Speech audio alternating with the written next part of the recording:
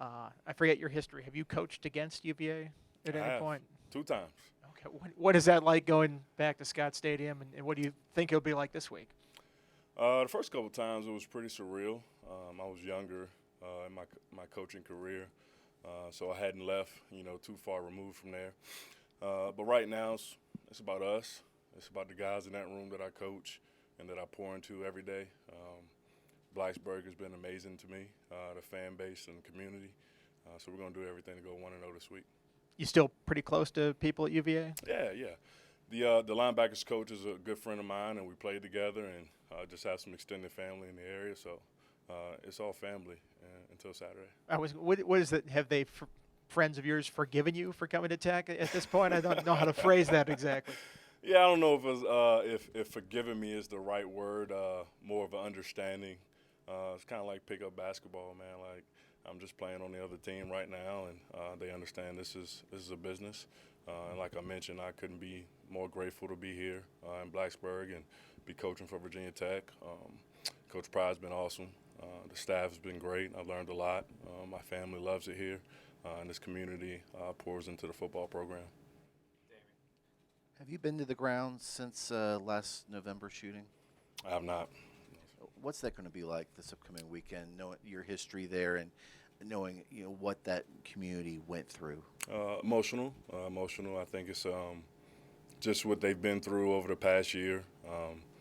How everybody around the country is being able to rally behind them and support them, and just being in Charlottesville and being around that program is going to be pretty emotional.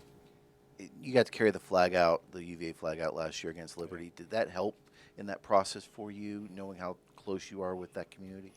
Yeah, for me it was a feeling of support. It was a feeling of letting the community know I spent 4 years there, and at that time in my life, it was the best 4 years I've had, and I learned a lot. I met a lot of good people, so it was an opportunity for me to show my support for the program and the university, and I'm super thankful for Coach Pryde and those guys coming up with that idea.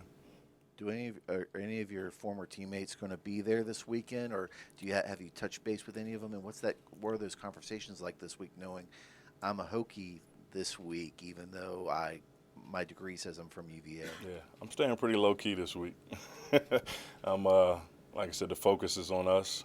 The focus is on the receivers. The focus is on the game plan, and what I need to do to prepare those guys to be able to play well on Saturday. Back of the room, Dave. I guess we can ask you one question about the receivers. Okay.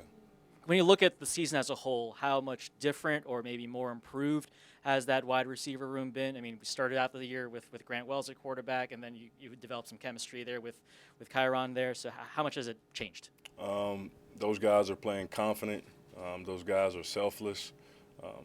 Every guy in that room will do anything possible that this offense needs to be able to win a game. Whether that's block a corner, a safety, a linebacker, whether that's run a deep ball, which everybody wants to do. They're playing together. They don't have any egos. And I think that's the biggest thing that you've seen the transition. Those guys they're buying in. They're buying in and they're playing for each other. The reversed Turner Bradshaw seemed to come at the perfect time in that game. Have you seen him coming along at practice, and does he show that kind of burst and speed out there on the practice field? Oh, yeah. I've seen that burst since the day I stepped on campus. He's matured a lot, man. He's matured and he's grown up, and we're trying to find a role for him, and, he's doing a really good job of being himself and really, buying into what that role is. And, as an offense, and I'm sure Coach Bowen will tell you as an offensive coordinator, you want to find ways to get somebody that dynamic the ball in space, and just really happy that, it played out the way it did. Obviously, the end results weren't what we wanted, but he got an opportunity to get in and make a game-changing play. Of the transfer receivers that came in last year, DeQuan probably had the least history of production of those guys, and he seems like he's come along the last couple of weeks. What have you seen from his development in kind of rounding out his game as a total receiver? Leadership is the biggest thing, man. Quan Felton, I tell everybody, I can't say enough good things about that kid. He's a worker. He's a leader. He's confident. coming here, it was no doubt in his mind what he was going to do and what he was going to accomplish. I think it was just a matter of having an opportunity to show everybody else. So, you know, he's a receiver at heart, but he gives everything to this game and to this team, and it's really good to, you know, see him be able to reap some of those benefits on Saturdays. Following up on the last few questions, what have you seen in terms of guys stepping up after Ali's injury, their second play game against Purdue, and have you seen guys, you know, take leaps forward because of having to fill those shoes? Yeah, I mean, and that's everybody. That's not just the receivers room. You talk about the running backs. You talk about Daquan Wright and some of the tight ends be able to fill that void. You talk about Aiden Green, who's played a lot of meaningful snaps for us this year, who's a really talented freshman. I mean, we've got some guys in that room that can play at a high level, regardless of age and regardless of experience. It's just all about being able to trust them and be able to know they're going to go and be able to execute on Saturday. Was Clint Sintum your teammate? Yes, sir. Yep. You guys had a cross pass at Richmond and then with the minority internship program with the Redskins. What was that like coaching with him then? And I guess, is this the first time you guys are going to be on opposite sidelines on Saturday? This will be the first time we'll be on opposite sidelines. He's a good friend of mine. My wife and his wife are really good friends, and you know, we make time for each other in the off season, always catch up, especially at the coaching convention. It'll be pretty unique. Like I mentioned, I've kind of been radio silent this week, and we'll have an opportunity to catch up before and after the game. But I know what type of guy he is. I know what type of coach he is. I know what he stands for. He'll have those guys ready to play. We'll be ready to play ball on Saturday. UVA's always had a history of producing really good wide receivers that go on and can get to the NFL. What have you noticed in Malik Washington this year for them that, you know, when you sit back as an opposing wide receivers coach, you go, man, this guy's he knows what he's doing. He's talented, man. They found a lot of ways to get him the ball, in space, whether it's, you know, just hand him the ball, whether it's screens, whether it's just on the perimeter. He's strong. He's hard to tackle. He's really productive in rack, running after the catch. And, you know, he's a problem. He does a really good job. I mean, obviously, he's getting a lot of credit for their success on offense, as he should. He's a really talented player, and he has good ball skills, and we got to find a way to contain him. What do you remember about the Commonwealth Cup rivalry from your playing days, and is it different now that you're wearing tech, considering, you know, you look at, you know, this rivalry and you go, families are divided.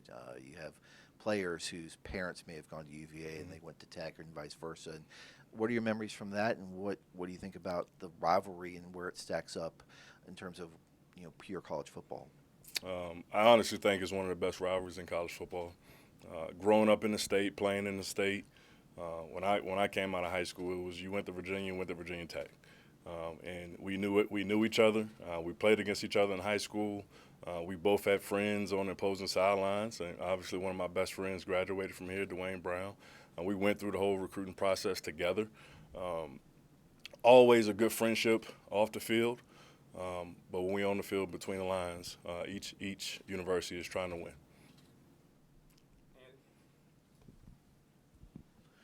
What has Ali Jennings been like throughout this whole injury process? And do you talk to him about future plans and possibly coming back next year if he thinks that's the right course? He's kind of been exactly what I know he is.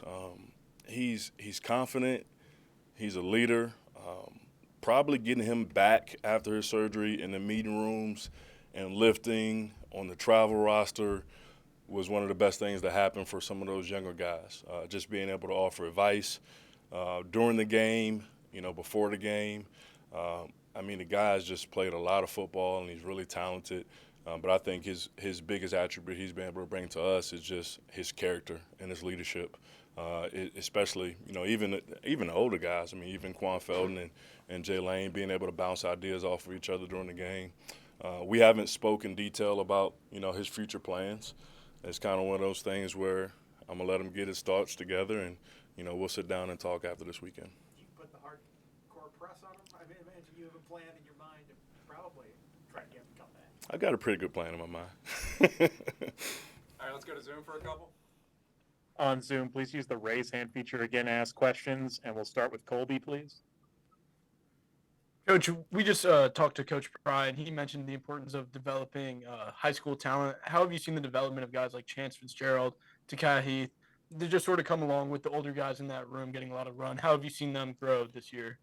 I mean, I think the biggest thing that those guys they're getting an opportunity to work on scout teams, a mix in between the varsity field as well. But they're going against our starting defense every single day. The competition level in practice has, taken a step up, and it's doing nothing but getting everybody better, whether that's on defense or offense. And, you're going to go through your ups and downs, and you're going to hit some adversity, especially as a freshman, and whether it's injuries or whether it's confidence. And that's when you kind of lean on your coaching staff and some of your veteran players to be able to pick those guys up because, everybody starts at a different point in their career when they get here. Some guys are a little bit further ahead in development, and some guys may need a year or a few months to kind of get their feet wet. But really, really excited about that young group of core receivers that we had come in. We'll go to Tim next, please. You kind of just alluded to it a little bit, but you mentioned that Jalen Lane and Quan Felton are some of your more experienced guys. Obviously, this is their first year in Blacksburg. How have you seen those guys go from kind of being new but experienced to being guys who are, VT leaders through and through? Yeah, I think both of those guys came in with a chip on their shoulder, eager to prove their worth, eager to prove that they can, be successful at this level as well. But they've not once backed down from a leadership role. They've got here, they've worked, they're early to meetings, they stay late. They're a true definition of teaching these guys how to be college athletes, how to take care of your body, how to study film. Those two were two of the best that I've been around.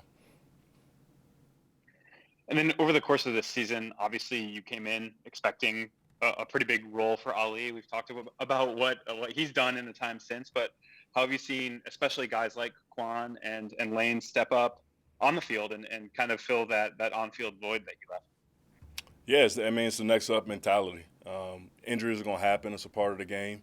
Obviously we were disappointed when it did happen, and his family and they've been through a lot, man, over these last couple of years, and he couldn't have handled it any better.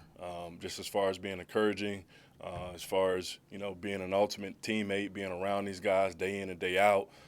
He's not selfish, and I mentioned earlier those guys don't have egos, man. And when you can get a collective group of receivers together in that room, and they're all for each other, and they all want to win, and they all want to do what we need to do offensively to win, you got a special group. Any final questions for Coach Mines on Zoom? Okay, Travis. Anything else for Coach? Thanks, Coach Mines. Appreciate y'all.